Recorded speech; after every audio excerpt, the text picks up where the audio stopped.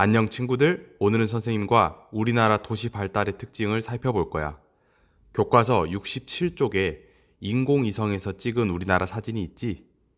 밤인데 불빛으로 밝은 지역도 있고 어두운 지역도 있어. 주로 서쪽의 서울과 수도권, 그리고 남동쪽의 부산, 대구 등 대도시가 밝으며 어두운 곳은 일단 북한, 또 우리나라 촌락 지역도 어두워. 이렇게 하루 종일 불이 꺼지지 않는 도시는 어떻게 발달하게 된 걸까? 일단 우리가 흔히 도시라고 부르는 곳의 조건을 한번 살펴볼게. 각각 조건이 다르지만 공통점은 1. 일정한 인구수, 인구 밀도 이상이 되어야 한다. 2. 농업이 아닌 다른 산업, 그러니까 제조, 건설, 서비스업 등에 일하는 사람의 수의 비율이 높아야 한다. 우리나라에서 청주시, 순천시 등 시라고 부르는 도시는 인구가 5만 명 이상, 그리고 농업이 아닌 도시적 산업에서 일하는 사람의 비율이 절반을 넘을 때 인정을 하는 거지. 우리나라 1960년대와 2015년의 도시 지도야. 지도에서 원은 도시를 나타내며 그 크기는 인구수를 나타내지. 1960년대는 도시의 수도 몇 개 없었고 그 인구도 대부분 적었어. 100만이 넘는 도시가 서울 그리고 부산 딱 두 곳이지.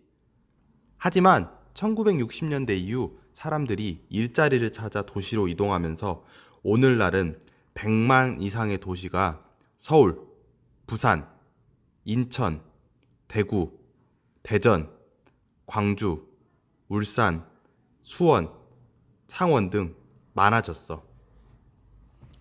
1960년대와 비교해보면 수도권 지역, 남동쪽 부산과 그 주변의 해안 지역 도시수가 많이 늘어났지.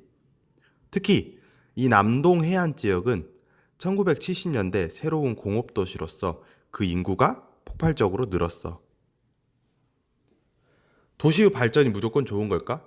서울은 우리나라의 인구 4분의 1, 약 1000만 명이 넘는 사람이 살고 있는 메가시티이면서 대한민국의 수도로서 경제적, 정치적, 문화적으로 모든 중요한 기능이 집중된 도시야.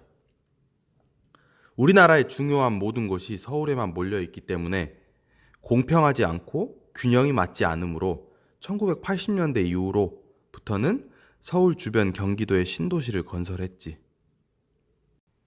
하지만 여전히 서울과 경기도에 많은 기능이 몰려 있었고, 그래서 인구가 더 늘어났어서 이후 2000년대에는 서울, 경기, 수도권에 있는 공공기관을 각 지방으로 옮겼지. 어떤 신도시는 주거의 목적으로 또는 공업 등 생산 기능의 목적, 그리고 정치 행정 기능을 나눠서 수행하기 위해 세워졌어. 가장 먼저 세워진 고향의 일산 신도시와 성남의 분당 신도시 등 아파트, 즉 주거 분산 목적의 신도시, 창원, 여수, 안산, 포항 등 공업 목적의 신도시, 그리고 과천, 세종, 전북 등 행정 분산 목적의 신도시 등이 대표적이지. 특히 세종은 특별자치시로 만들고 거기에 서울에 있는 정부청사를 나누어 세종정부청사를 두었지. 최근 전국을 균형 있게 개발하려고 만든 신도시를 쉽게 구별하는 방법이 있는데, 도시 앞에 혁신이 붙으면 이런 신도시일 확률이 높아. 무조건적인 건 아니야.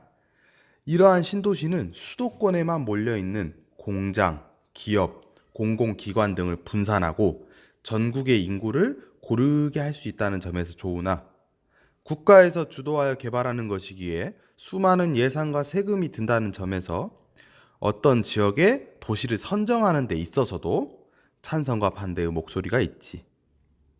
하지만 우리나라는 서울이 마비되면 대한민국이 다 멈출 정도로 불안한 면이 있어서 그 기능을 전국 곳곳에 나눌 필요도 있긴 해. 여러분 각자 사는 곳 주변에 신도시가 있는지 한 번씩 확인해 봐. 보너스 질문. 왜 우리는 광역시가 안 되나요? 우리나라에 있는 광역시들은 일반적으로 그 시와 주변의 지역 인구수 합이 100만 명이 넘을 때 광역시로 그 지위가 올라갔었어. 현재 경기도 고양시와 수원시 등 인구가 100만이 넘는 시가 있지만 광역시로 되진 않고 있어. 심지어 수원시는 울산광역시보다 인구가 많아. 경기도의 여러 시들이 주변의 시와 통합하여 광역시를 꿈꾸고 있으나 현실적으로 어려움이 많은 편이야.